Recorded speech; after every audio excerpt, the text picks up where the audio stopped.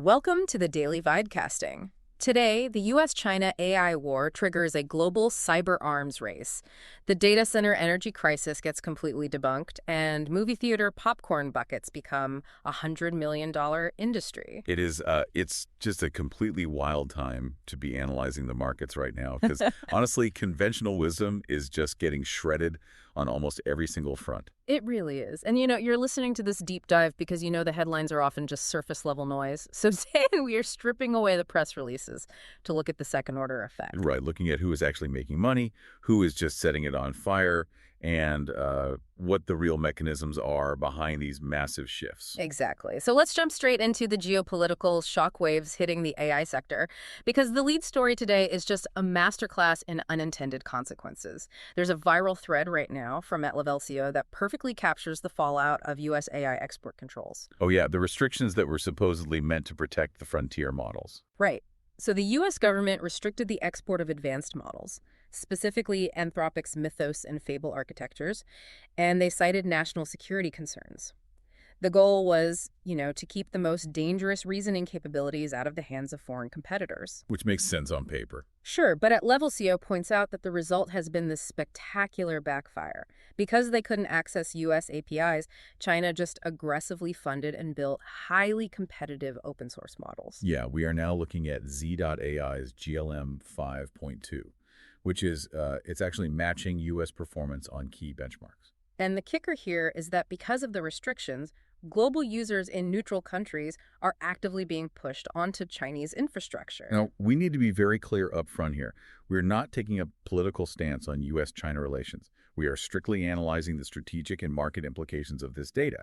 I mean, purely from a structural standpoint, this was entirely predictable. When you try to gatekeep software in a globally connected world, you don't actually stop the development.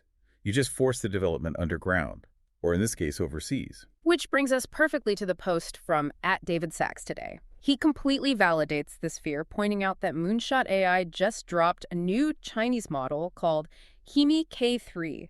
And, this isn't just a basic chatbot, it's a 2.8 trillion parameter model. Wow. Yeah. And Sachs highlights that it now possesses advanced cyber capabilities. His argument is that trying to bottle up open weights is a fool's errand. Instead of trying to prevent access, we desperately need to focus entirely on AI-powered cyber defense. Because we just have to operate under the assumption that offensive capabilities are completely democratized now. Exactly. And we should really unpack why Hemi K3 is such a big deal technically, because it's a mixture of experts, or MOE model. Yeah. For a long time, the barrier to running a 2.8 trillion parameter model was just the sheer compute cost. Right. It was just too expensive for a decentralized actor to run at scale. Because you had to power up the entire brain for every single question you asked it. Right. But in MOE architecture changes the mechanism entirely. Instead of activating the whole network, it has a router. So if you ask it to write malicious code, the router only activates the specific subnetwork or the expert that knows about coding. Oh, wow. So you get the reasoning power of a massive 2.8 trillion parameter model, but the computational cost of running a much, much smaller one. Exactly. And that efficiency is what makes these models so dangerous and so widely deployable. Okay, so if you are a company operating today, you have to assume bad actors have highly efficient, top-tier reasoning models, which really raises an interesting question about the broader economy. If AI is this incredibly capable, who is actually losing their livelihood? Right, because we've been hearing this doom narrative about white-collar jobs for, 2 years now? Yeah, the whole AI writes code, therefore software engineers are obsolete thing. Well, the data from Addy16's today completely shatters that narrative. They posted a piece literally titled Learn to Code. Oh, I saw that. Yeah, they pulled the current job market statistics, and the charts are fascinating. Overall, job postings across the economy have actually fallen to an index of 93 since early 2025. But software developer job postings, Let me guess, they went up. they sharply rebounded to a 114.6 index by mid-2026. And the detail that really stood out to me, firms that have high AI adoption rates are actually increasing their entry-level hiring by about 6 percentage points. See, I have to play devil's advocate here because that seems deeply counterintuitive. If the AI is writing the code and these companies are adopting the AI heavily, Why on earth are they hiring more entry-level developers? Shouldn't they just be running the models? I know, it sounds backward until you look at the economic mechanism at play. It's called Jevons paradox. Yeah. Are we looking at AI less like a robot that takes over the factory floor and more like the invention of the power drill? How do you mean? Well, when you give a carpenter a power drill, they get insanely fast. The cost of framing a house plummets because it's suddenly cheaper to build. Demand for new houses skyrockets. And to meet that new massive demand, you actually have to hire more carpenters. Okay, that makes perfect sense from a leverage perspective. Yeah. If you make code 80% cheaper to produce, the demand for software doesn't stay flat. It expands exponentially. Exactly. Suddenly, every mid-sized logistics company realizes they can afford to build custom internal tools that were completely out of reach 3 years ago. But to your point about the power drill, the AI is just the tool. You still need the entry-level developer to act as the carpenter. Right. To look at the blueprints, review the AI's output, and ensure it actually connects to the legacy database properly. You still need a human to know where the stubs are in the wall. For sure. But let's follow this thread of leverage, because to power all of these metaphorical power drills, you need a staggering amount of physical infrastructure. This brings us to the most persistent myth of the entire AI boom, which is the environmental cost. The water and land usage debate. Right. I want to bring up some incredibly surprising statistics posted by @FrontierCode today that are just dismantling the data center energy crisis narrative. We keep hearing that data centers are draining the country dry. But they really aren't, are they? Not at all. @FrontierCode laid out the actual numbers.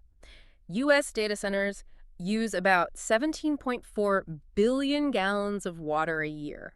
That sounds massive, right? In a vacuum. Exactly. Until you put it in context.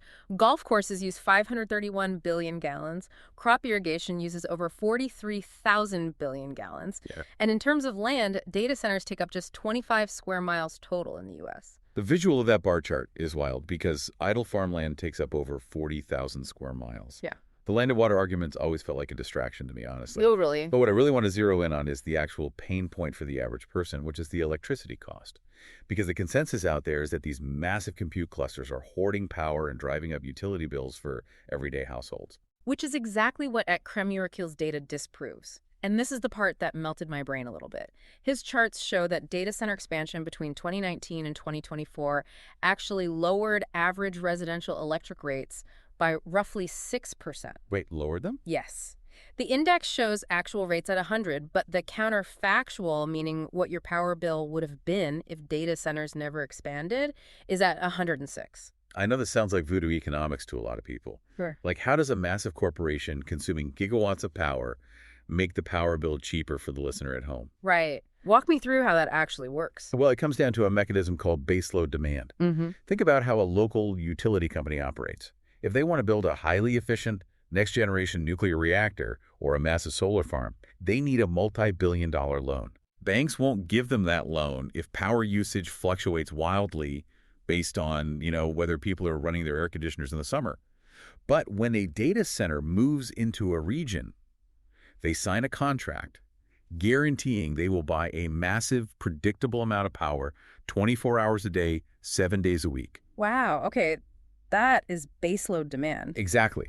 So the utility takes that contract to the bank, they secure the funding, they build a hyper-efficient power plant that they couldn't afford otherwise, and the unit economics of electricity generation in that region improve across the board. So the data center essentially subsidizes the capital expenditure for the grid upgrade. And the surrounding town gets the overflow of cheaper energy. That is fascinating. So the physical infrastructure is creating structural leverage for the whole grid. And speaking of unit economics improving, Aaron Levy, the CEO of Box at Levy on X, posted today about how this physical efficiency is translating into digital efficiency. He notes that as cheaper models like Kimi K3 hit the market, they are forcing inference costs down across the board. So if you're an enterprise, you use the super expensive Frontier models just for the high-level orchestration, and then you route the bulk of the repetitive heavy lifting work down to the cheap models. Right, because the orchestration layer is where the real margin is. But I'm going to step in here and throw some serious cold water on this entire hype cycle. Uh-oh, here we go. We're talking about geopolitical arms races. Ah. We are talking about trillions of dollars in data center capital expenditure. But let's look at the actual on-the-ground consumer reality. Olivia Moore at O'More Tweets shared some highly sobering data from PNC Bank today. Okay.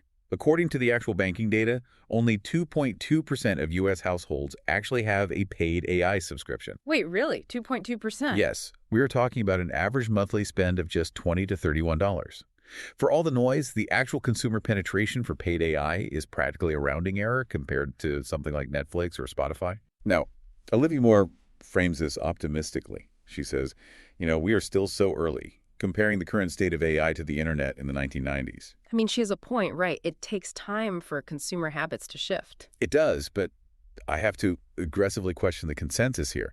The 90s internet didn't require multi-billion-dollar nuclear reactors to keep the servers running.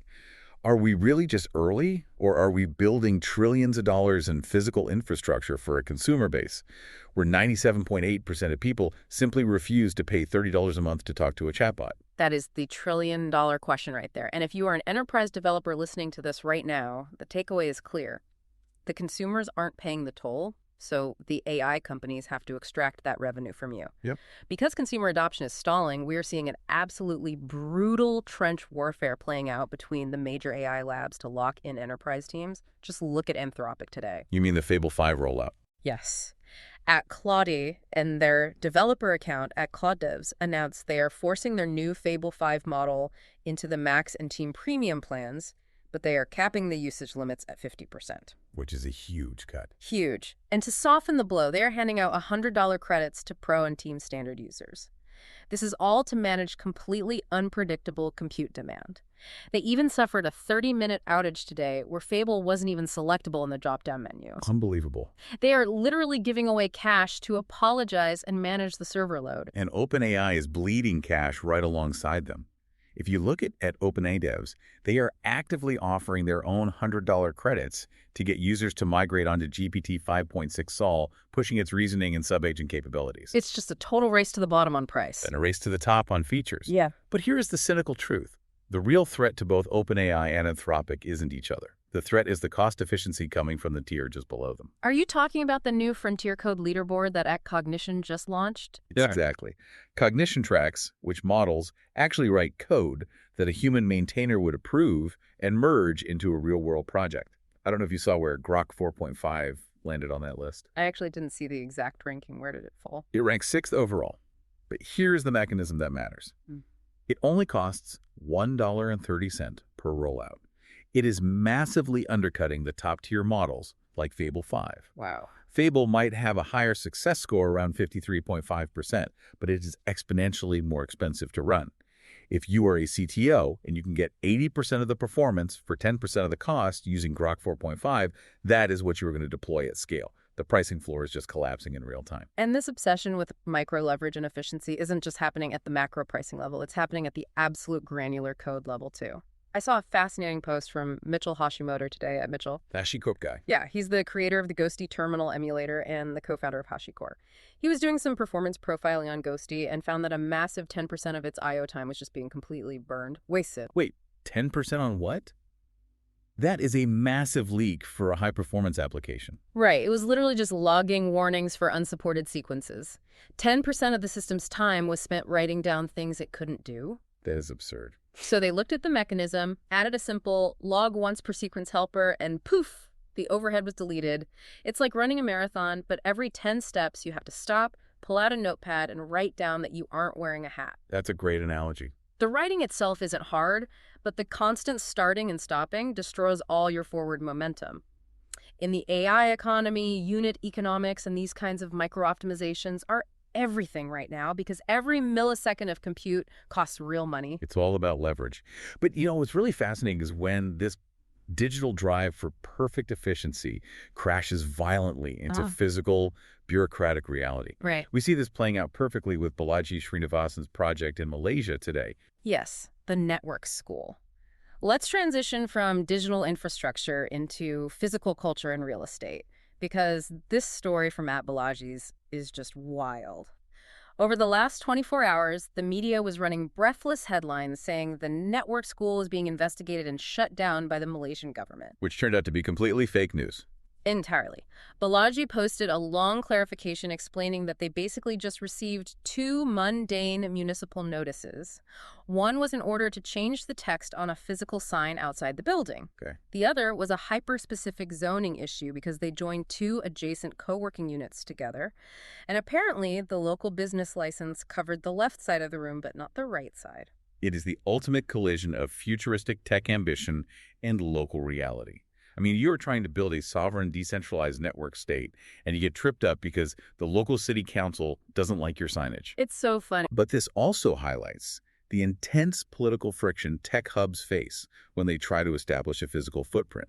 The local government was launching probes, partly because of rumors about Israeli nationals being on site, which is a massive geopolitical hot-button issue in Malaysia. It's always the physical world that brings you back down to earth. And speaking of the physical world, I want to talk about where actual wealth and leverage come from in the tech industry, because the public perception is completely detached from reality. Oh, you're referring to the Linus Torvalds post. Yeah. I loved this. At Yathinen MTB made a joke today questioning where Linus Torvalds, the creator of the Linux operating system, gets all his money. Right. The punchline of the joke was guessing he makes YouTube money, confusing him with Linus tech tips. But the reality of Torvalds' wealth is a masterclass in structural leverage. Break that down for us, because Linux is free, open source software. How does he actually monetize it? Well, Torvalds has a net worth of roughly $50 million. He didn't make that by selling a SaaS subscription or running display ads. He made it because back in the late 90s, companies like Red Hat and VA Linux gave him massive stock options just to associate his name and his open source kernel with their IPOs. Oh, I see. And on top of that, he gets a $1.5 million a year fellowship just to maintain the code. True tech wealth isn't always about the product you sell directly to consumers. It's about becoming the foundational infrastructure of the internet, and then taking a tiny slice of the equity from the companies building on top of you. It's structural leverage. But if you want to pivot to the exact opposite, selling highly visible products directly to consumers, we have to talk about the psychological leverage of the popcorn bucket economy. I had a feeling we were going to end up here. We have to.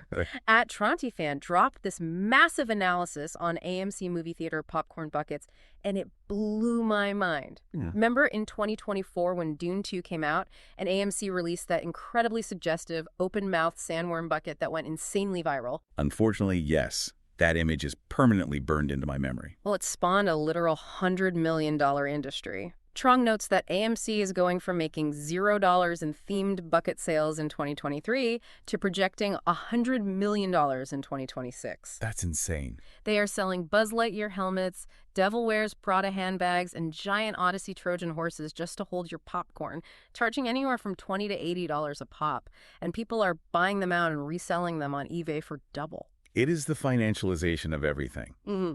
But there is a deeper mechanism at play here. Like, why do people care about a plastic bucket?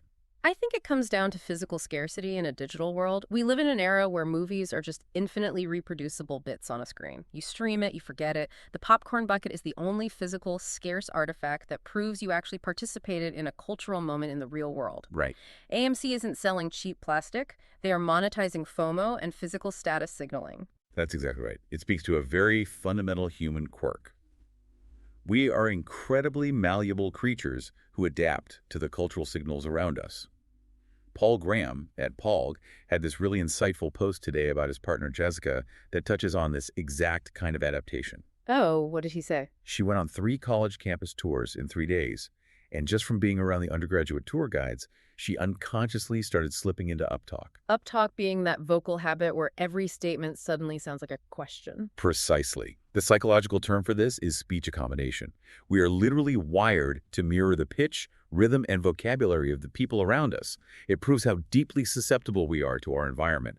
We don't even realize we are changing our behavior to match the inputs we are receiving. We just naturally conform to the space we are in.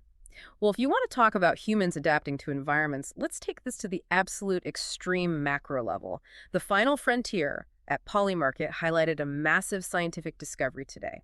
Astronomers have found a helium atmosphere on a rocky super-Earth called LHS 1140b. Catchy name. Right. It's 48 light years away, sitting right in the habitable zone of its star. And Polymarket immediately tied this to their betting markets on whether the U.S. will confirm alien existence before 2027. which is currently sitting at a 7% probability, by the way. Of course they did. It's Polymarket. But Peter Diamandis, at Peter Diamandis, took this discovery and connected it back to Elon Musk's claim that SpaceX will eventually be worth more than Earth itself. Which sounds completely absurd on its face. How can a company be worth more than the planet it operates on? It sounds absurd until you look at the math Diamandis lays out. He points out that the total owned material wealth on Earth is about $600 trillion. That's the cap.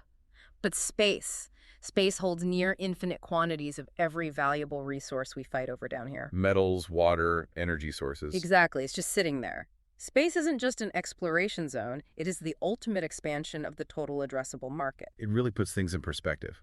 We spend all this time arguing about the unit economics of a data center taking up 25 square miles in the U.S., while there are literally infinite resources just sitting in our own asteroid belt. The first companies that figure out the physical leverage to become truly multiplanetary aren't just going to be the most valuable companies in the world. They're going to dwarf the terrestrial concept of wealth entirely. It really makes the daily market movements feel very small, doesn't it? So let's pull all of this together. We started with AI inference costs crashing due to a mixture of experts models. We looked at how data center baseloads are subsidizing local power grids. We saw developers fighting for micro efficiencies in code. And we ended with the realization that human beings unconsciously adapt to whatever cultural or physical environment we are placed in. It's a lot to process. It is. But based on the vibe of today's signals, here is my specific prediction for tomorrow. With AI costs plummeting and agent-based coding becoming hyper-efficient, expect a massive legacy tech company to announce tomorrow that they are pivoting entirely away from traditional software development and moving to a fully automated agent-based business model. The unit economics of leverage are simply becoming too hard to ignore. I think that's highly probable. The enterprise margins demand it. But I'll leave you with a slightly more provocative thought based on what we've covered today. All right, let's hear it. We talked about Paul Graham's post on speech accommodation, how human beings naturally and unconsciously adapt to their environments, like picking up that uptalk intonation just from a few campus tours. Now consider that our digital environment is very soon going to be entirely dominated by highly efficient, hyperlogical, flawlessly polite AI agents. Okay. If we are wired to mirror the communication styles around us, how long until we start unconsciously mimicking the communication style of our own AI models?